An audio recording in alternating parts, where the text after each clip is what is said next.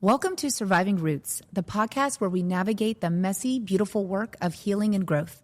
I'm your host, Cari Fund, and this is your space to breathe, reflect, and find strength.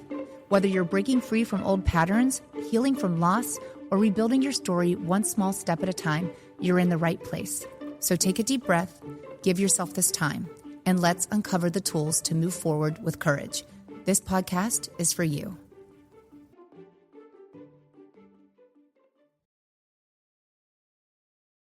Today on Surviving Roots, I'm joined by Dr. Sabrina Romanoff, a Harvard-trained clinical psychologist, Forbes Health Advisory Board member, and a media contributor whose work has been featured everywhere from NBC and CBS to Psychology Today and Forbes. Dr. Romanoff specializes in relationships, anxiety, and trauma, and she's passionate about making psychology not just accessible, but deeply relatable. Her work helps people uncover the hidden patterns shaping their lives, and today we'll explore how boundaries, friendship, and mental health collide in ways that are both practical and healing.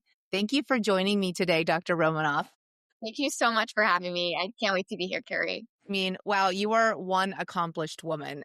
Oh my gosh, I could say the same about you, and I'm so happy to be here talking with you. Well, I'm so happy our paths crossed. It was actually on Instagram. I came across one of your posts, and it literally did stop me mid-scroll because you are so accomplished. I mean, Harvard trained and educated, but you feel so relevant and real. And I think that's just so important with the topics that you're talking about. They make them less intimidating. And I just wanted to know, how do you decide what to share online? Thank you so much, but I think it's a process of really trying to be authentic.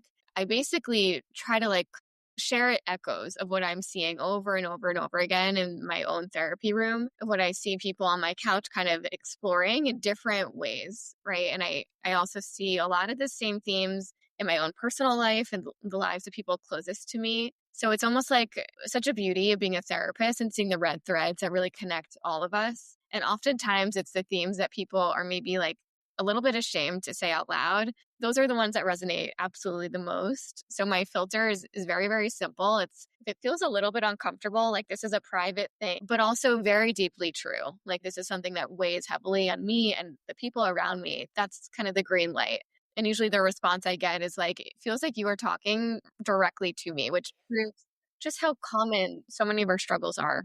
It's so true. I mean, every week I see you on Instagram and I do feel like you're talking directly to me. It should feel like our humanity, which I think especially now we forget how much more similar than we are different. And I think that's so important to remember, even in the scroll and how we're talking to people.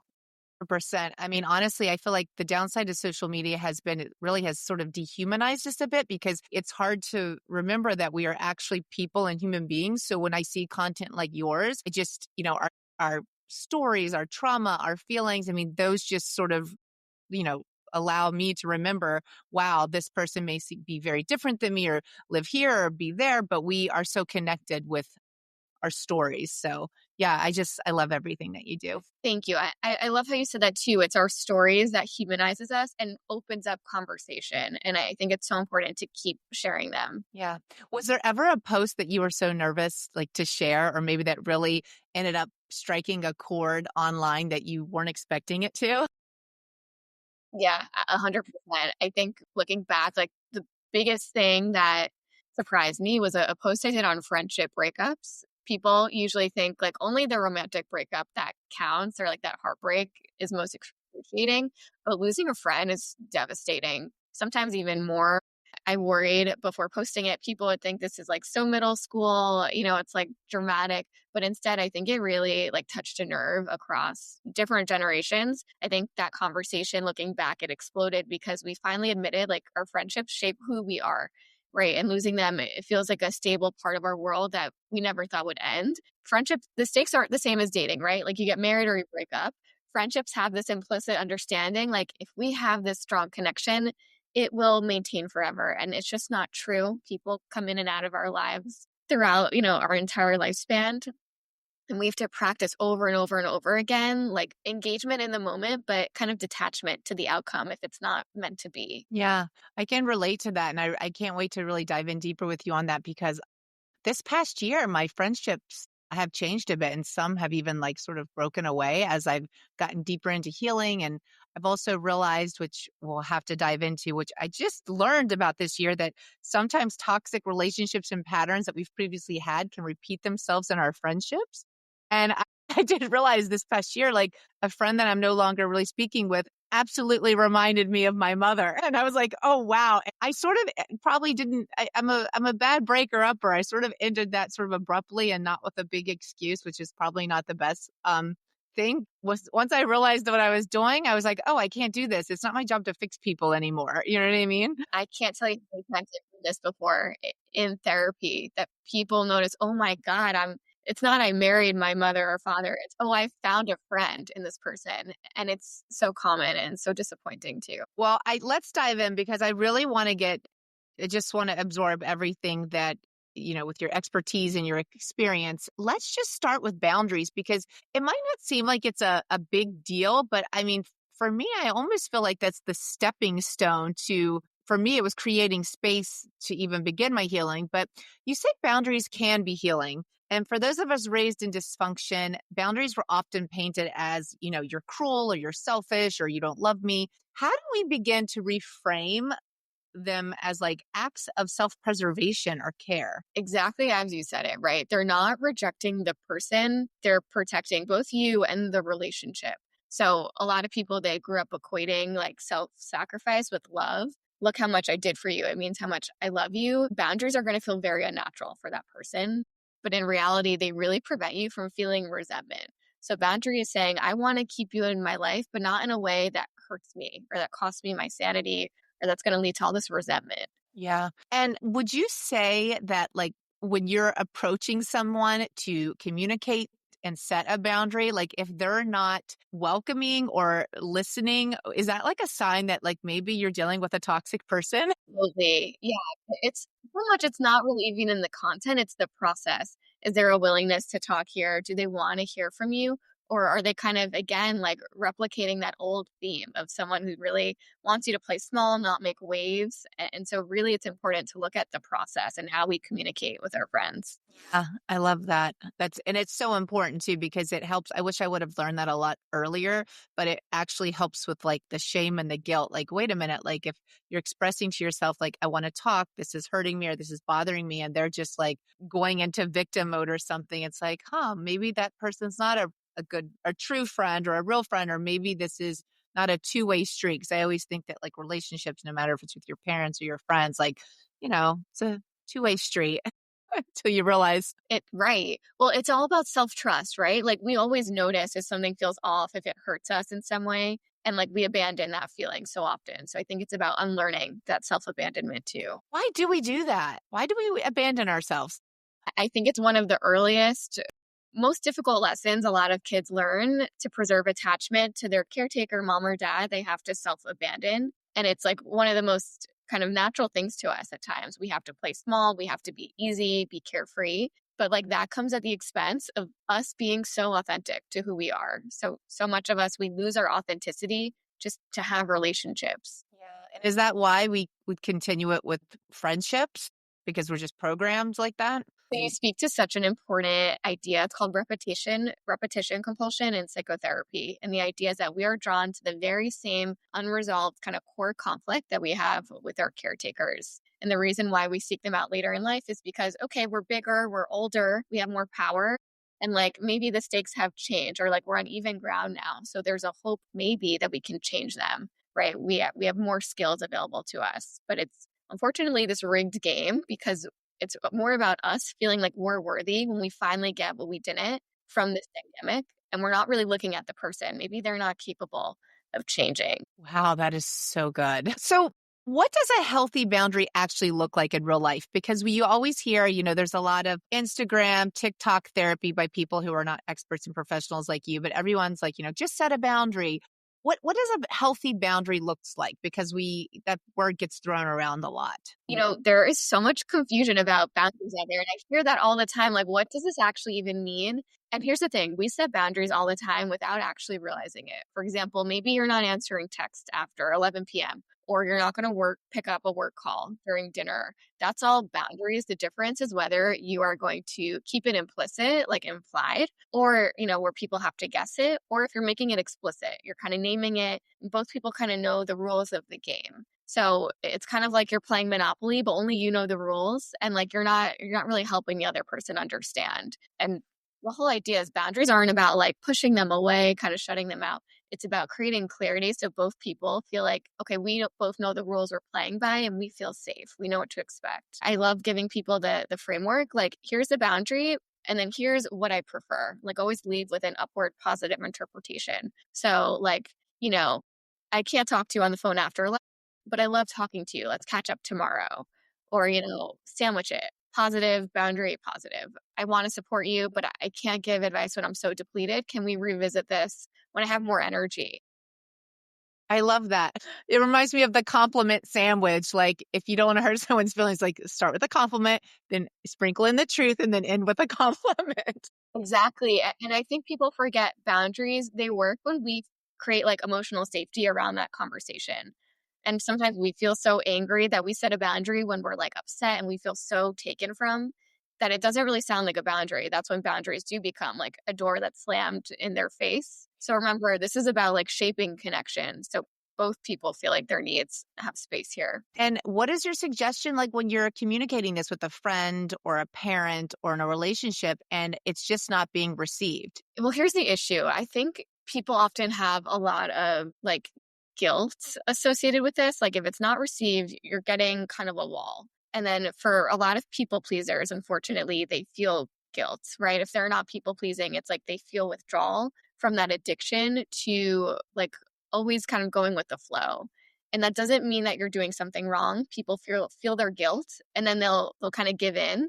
Guilt is really a symptom that you're breaking this lifelong pattern of abandoning yourself. So guilt is really just your nervous system that associated safety with self-abandonment, with putting their needs before your own. And it usually starts way in early childhood. I had a supervisor once tell me this, the hardest part of boundary setting isn't naming the boundary, it's keeping it intact against all their resistance and protest. So usually when you set up a boundary, people are going to say you're putting up walls or selfish, and that confuses a lot of people pleasers. They feel guilt and then they fold.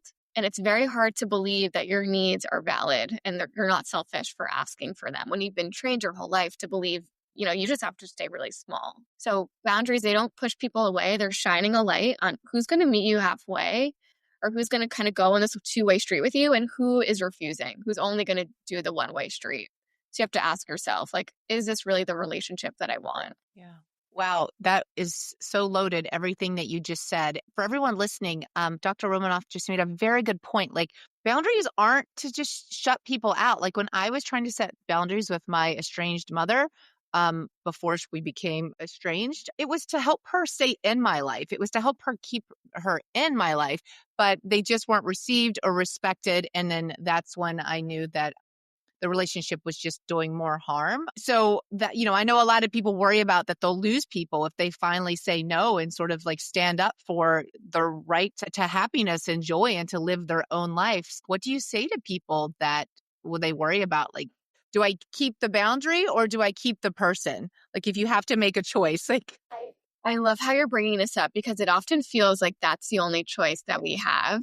You mentioned the idea of repetition compulsion and how we are drawn to people who replicate, usually this pattern that our parents had. So it feels familiar. It feels really safe. And like sometimes we don't admit this to ourselves that it's easier to be in the giving role, right? That's what gives us control and we know what to expect in relationships. But then it creates this very distorted perception that all relationships require that sacrifice. So your choice is twofold. You either have one-sided relationships or you have to be alone. And that's just not true. Like it's so black and white. And that's why it's so important to remember that you're not rejecting the person, right, inherently, or you're not going to be alone forever if you set these boundaries. You're creating a more sophisticated funnel of where your energy is really going to be invested into, right? Where it's going to bring you return, what feels mutual. So boundaries, they don't cost your relationships. It doesn't mean that you should get rid of them. It shows you which ones are really conditional and which ones are going to show up for you. Yeah, that is so true. And that's so powerful. Wow, this episode is going to be so loaded. Well, I mean, I really want to dive into the friendships thing here because I feel a light bulb went off this past year when I learned that we can sort of choose our friends based on maybe unhealed, I don't know if I'm saying this correctly, but like unhealed or unresolved issues with other people in our life. So could you dive into that a little bit and talk about how powerful these friendships are that we choose that may be us repeating old patterns or trying to fix previous relationships that we couldn't? Absolutely. Yeah. So, as kids, like we have very little power in our dynamics with the most important people in our lives. So, a lot of our early life is about surviving. And usually we talk about our problems in current day and present time. It's survival strategies that keep on playing out that are kind of expired. They don't match the environment. So oftentimes we might be drawn to people who now as adults still kind of mimic what our parents had as traits. And the hope is that we see it a lot in dating and we talk about it in terms of dating, right? Like we had an unavailable parent, now we seek unavailable men. Same thing happens with relationships and friendships. We're looking for people maybe who are selfish or who are not really giving us what we need. We're hoping to change them in some way. But the thing we don't talk about though is how we're so comfortable in those roles. Staying small is kind of the easy way. It's what we know and it's familiar. And I think a lot of people unfortunately don't break out of it. It's like when you see marriages where one person is maybe more giving, the other person is a taker, and it like makes no sense from the outside. But from the inside, you're like, oh yeah, that works. Like it makes sense for them. And I think the issue is really being honest with yourself. I liked how you talked about taking that step with your mother. And I wonder like how finally saying, I'm going to choose me, like I'm enough, if it created echoes in other relationships for you too, to realize like, I don't need to put up with this in my other friendships or relationships. I would say it definitely, I mean, I've been estranged for a little over 15 years. I would say it definitely did. Maybe not so much in friendships. It helped me set boundaries with my sibling and also my father who was in my life. And we had to set strict boundaries because both of my parents are very toxic. But in my friendships, it's very interesting. I didn't realize till really this year that actually kept playing out in friendships throughout my life. It's like maybe I don't know if I was able to stand up and set boundaries with my father and be estranged with my mother and keep those in check. But I was maybe feeding it in friendships that I didn't really know, honestly, until this year. And it terrified me once I realized a couple people in my life are my covert narcissist mother, always the victim, or always, it's everyone else's fault. And then substance abuse and other friends that, maybe I was trying to help. It's so interesting how it's a hard realization. Right? Like, becoming the helper, the fixer, we often do that when we felt so like out of control. And like we needed that as a child. So I see it a lot in like people who are chronic caretakers and givers that they're trying to like, again, create a situation in which they're not kind of the victim or they're not totally out of control. They have power here, but unfortunately, like they're giving at their expense. I think you said something important too, like your relationship with your parents, the core people in your life, they're your baseline, they're your template for all other relationships. And when you're used to like feeling that pain in relationships or like carrying so much weight or like self-abandonment in that core relationship, it colors how you relate to everyone else. And maybe it just feels like comfortable. You're used to kind of relationships having pain or meaning like you have to really hurt yourself in some way to keep them going. Yeah, that is so important. Also, everything you just said made me, I don't know how I lucked out. I mean, maybe God came through, or universe or whatever you believe in. Maybe it came through a man for me because my husband is we have the most healthy relationship. It's probably helped me stay strong when needing to keep boundaries. I don't know how I didn't marry somebody like my father. You hear those stories like you married your father or this with your man. I chose that through friendships, but honestly, I don't know how I lucked out with having such a solid human being that really makes me a better person and makes me like make better choices for myself and for like my family. But yeah, I feel like maybe that's been my grounding rock because just when there's chaos and just disasters still happening around me, it's sort of like my foundation. Because I'm actually my father's caretaker part-time now too, talking about trying to get out of caretaking rules. That's a whole other thing that's happened with. It sounds very complex, but I love how you say your husband is like your rock. A lot of the times I hear parents say, like, there's ghosts in the nursery, right? Like, as you watch your kids grow up, you're reminded of you in that instance and how maybe you're doing things totally different or like toxic or really difficult things or traumas that we've experienced at that age. And it must feel so healing to realize you're doing it so differently and you're creating like this whole other world for children that, are never going to experience your pain, which is so beautiful. Yeah, I mean, I think for anyone that's a cycle breaker and that's listening, it's like it's really not being perfect. I'm a recovering perfectionist, if that's even a thing. I just tell myself that I am.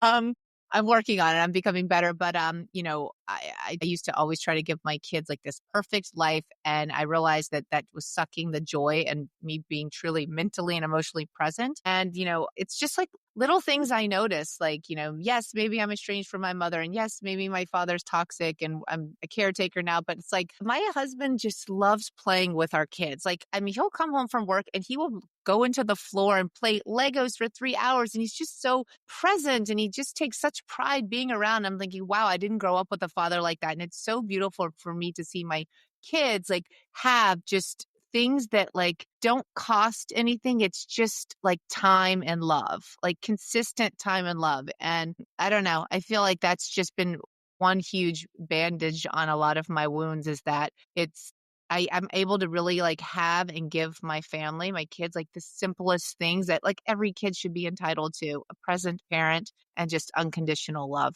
That so much. It sounds so simple, but it's really not, It's right? not. We are so taxed. There's so much that requires our attention. And it's very hard to meet the needs of multiple other human beings. And I think that's so beautiful. You're saying like it's so authentic and it doesn't have to be perfect. It's good enough. And what makes it good enough is really just giving all that really you have. Like that's the highest form of value that we can give someone else. It's not really about buying things. It's about like what we're really giving our attention to. Yeah. Well, I really want to, I'm sorry that we got sidetracked a bit. I really want to go back to friendships here because, my rock has been my husband, but a lot of people, I mean, friendships are truly important. And I have my one best friend in New York of 20 something years. She's that female rock for me. But when you've grown up with like toxic family or you've cut ties with people or maybe you're a person that doesn't have a village, like friendships are truly nourishing and they're really important. But when you do come across these toxic relationships and you don't want to repeat the cycles, can you walk us through like setting a boundary with a friend and trying to like what do you do? Do you just like break up with that friend that's your parents or your something that you're just reliving? Or how do you work through that with a friendship, especially when that friend or friends are part of a bigger friendship circle? Absolutely. Well, one, I would look for reciprocity. Is your friend, are they checking in on you? Are you really carrying a lot of the weight? A lot of the times, like we gaslight ourselves into thinking like this is a me problem. But you really have to see like, are they doing things that really work for you? A very healthy, nourishing friendship, it feels safe enough for you to be honest. It's not one when you're constantly kind of sublimating, you're editing yourself or shrinking just to keep the peace. And that's a big theme that we see in a lot of kids who are maybe neglected or felt like they had to be the adult. And the next thing is really pay attention to how you feel. Like, are they a battery or are they a generator, right? How do you feel after you spend your time with them? Do you feel more alive, more authentic in you, or like totally depleted? I think your body knows things way before your mind can consciously process it. And that's why it's so important to just be attuned to how you feel in the moment. Let's say even just you're anticipating having to talk to this person or spending the day with them. If it creates a very strong shift in your body or resistance, that's a very important message that you've really got to listen to. The thing that I think you mentioned of like, how do we talk about this with them? What we get wrong is, and what we're fed a lot on social media is, oh, you don't like this friend, they're giving you discomfort, cut them out. Like, keep your peace. And that's a really big issue that we need to work through. We need to work through sitting with discomfort and again, like full circle, having conversations with people and not just cutting them out. That's how we grow ourselves and also with our closest friends. That's so important. And I'm super guilty of doing something like that this year where I honestly tried to resolve a little bit, but then just ended up cutting them out. And I think sitting with discomfort makes me very uncomfortable, something I really need to work on. It's the number one thing we were taught when, as psychologists, we started seeing patients. That was my first advice from our clinic supervisor. You're going to learn, number one, in this profession to get comfortable in the uncomfortable. And like, once you embrace that and realize, oh, I can survive this, there's so much growth and you feel so free. Like, that's truly where the magic happens. I think you have to remind yourself, like, what's the worst that's going to happen? I have this scary conversation. And usually the implicit fear is I'm going to be abandoned. I'm going to be left alone. That's like the most life-threatening fear that we have as children, right? Because if we are left alone, we can't survive, for ourselves. But it's a fear that, again, like it's out of proportion to and we can tolerate so much more than we think we can. Yeah. I love that you also just said, are they a battery or are they a generator? Is that what you said? Yeah. Yeah. Like, is your battery from 100 to 0 when hanging out with them, or is it a generator? Like, do they give to you? Do you feel more alive when you're with them? So if you don't feel more alive and they do drain you and you do feel like it's a one-way friendship, do you still then just really have the conversation and like the breakup conversation, which again is either way, it's uncomfortable for me. I think absolutely. And look, like social media too, there's all this like hyperbolic information out there, like do something drastic and kind of take a hard stance. And I think the reality is much more within the shades of gray. I think the most realistic thing really is to kind of change your expectations, have more realistic expectations for these friends. So maybe this is your friend that you're going to have fun with, right? Like you'll have a light, easy breezy brunch with them. This is not the person you're going to turn to when you're down and out and at your lowest. When we have more realistic expectations for our friends, we can compartmentalize them and we can have more healthy relationships, right? Like we're not disappointed. And that's kind of the repetition of being with a parent who maybe could be toxic or who isn't what we needed growing up. The pain of it isn't not just in how they're not able to show up for us. It's the constant disappointment of expecting that ideal parent and then not getting that. And the same thing happens with our friends. We're expecting our friends maybe to be all things for us. And not everyone can do that. Maybe they're just going to meet specific needs. Yeah. Wow. That is so true. You've been featured on so many outlets. You're being interviewed and you're having conversations all the time. What are some questions that, including myself, but what are some questions that people are not asking you about boundaries, anxiety, friendships that you wish that they would? One thing that I feel like it's kind of lurking more in the shadows. Like I hear it a lot in therapy. I don't hear it a lot like outside of the therapy room is how jealousy and power and envy shape a lot of our relationships, especially friendships. So we don't talk how a lot of people may attach themselves to people they admire, not purely just out of connection. And oftentimes there's this underlying, like, kind of icky feeling that they're studying them or imitating them or even competing with them. I see this dynamic a lot in old friendships, right? Like the ones that started when you were on very equal footing. Maybe you were in school together or you were like 22 together in the city just starting out. And then as life unfolds, people are growing at very different speeds in very different directions. And what once felt like we were walking kind of like shoulder to shoulder, now it's like we're very loop sided. And that's when the envy creeps in. And not because the friendship was bad, but because one person's growth is showing maybe the other person where they're kind of lagging behind. And this is where people get really stuck. They're confusing like history and their loyalty with someone with closeness and compatibility in the moment. Wow, that just gave me chills what you said. And honestly, I feel like you could come to Miami Beach. People are going to hate me for saying this, but I'm just going to say it because it's my podcast. And why not just say it and be honest? You should come to Miami Beach and do a case study because they might not even be like childhood friends, but people are so connected in their friendships to who has what will it give them, like the reach, the power, the access. Like it's very interesting, that whole dynamic that you just mentioned about being envy and jealous. It's something that people struggle to talk about. One, if you name it, do you have a big ego? And it feels like people silently hold it until there's enough evidence to say, wow, this is too much. Also, like imitation in friendships, that could be totally normal, right? It's like a sign of bonding, you admire each other. That's healthy. But it very easily tips into envy when there's tension. And it's hard often for people to be friends with someone who has more. That could be like more success, more relationships, or qualities that it feels like they lack. And a very good litmus test to just, if you notice this happening, is how they talk about other people who've achieved something. Does it come from admiration or do you notice this resentment? And that's a very subtle undercurrent that usually reveals their dynamic. Everyone listening, this is Let's do just do a litmus test together. This is amazing. Well, sometimes it feels too murky, right? It's hard to see something when you're in it, but when you hear how they talk about their other relationships, could give you more data and say, oh, wow, this isn't just me. That's so true. You know what? Even as a mother, I love learning all of this from you because as I guide my own kids through friendships, it's just so important. These are things, I don't know, these are things I wish like we were all taught as kids. Like we learned so much. I know for me, I learned so much too late in life. I mean, I know it now, but God, it would have been a lot easier if I could have. Would you actually listen if you learned it as a kid or if someone told you? Yeah, exactly. Probably not. No.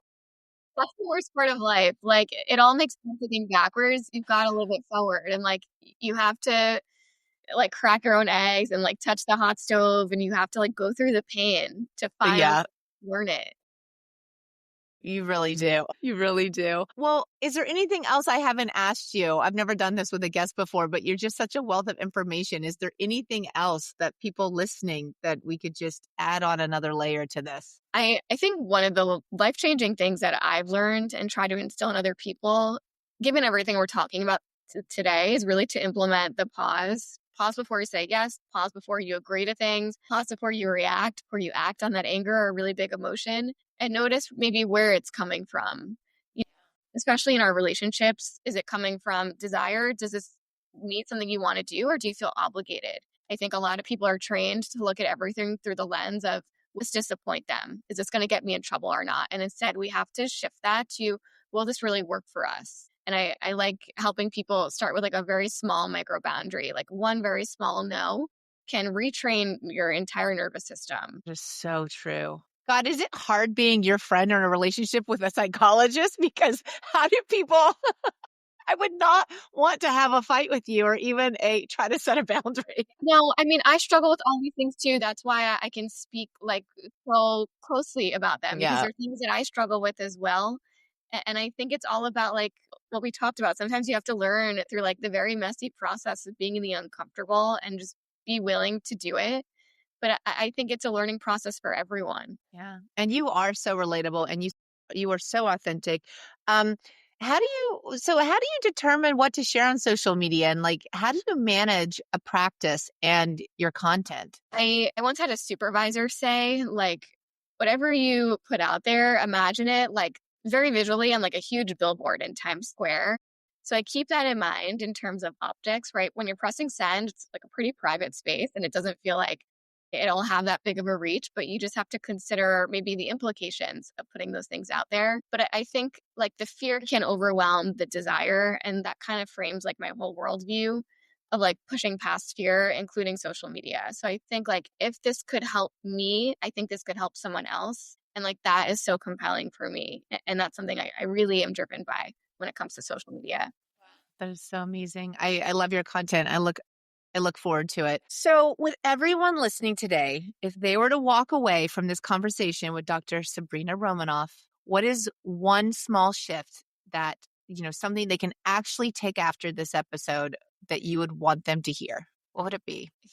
Maybe the idea that your worth isn't something you earn by being good enough or making yourself easy to love or being like the good girl. It's really inherent and healing for a lot of people. It's not about like proving how great you are or how easy you are or flawless. It's about really dropping that performance and realizing that the relationships, the jobs, really everything that comes into your life that's meant for you, it's not going to require you to betray yourself, pretend to be someone else, have to feel like you're an imposter. It's all going to come easy once you realize like you're enough. And I think that's a really powerful lesson to learn. You are enough. It's so true.